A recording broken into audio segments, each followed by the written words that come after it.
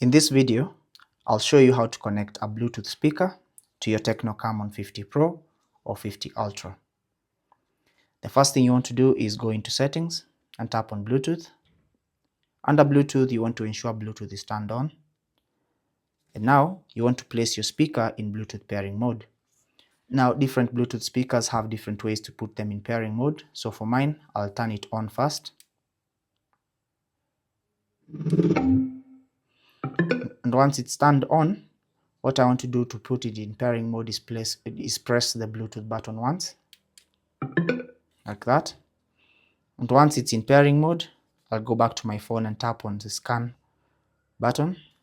And as you can see, my Bluetooth speaker has been detected. So I'll tap on the Bluetooth speaker and confirm by tapping on pair. And now the Bluetooth speaker has been connected, and I can now start using it to consume media, my music, videos, and any other sound media I may have. Take care and God bless.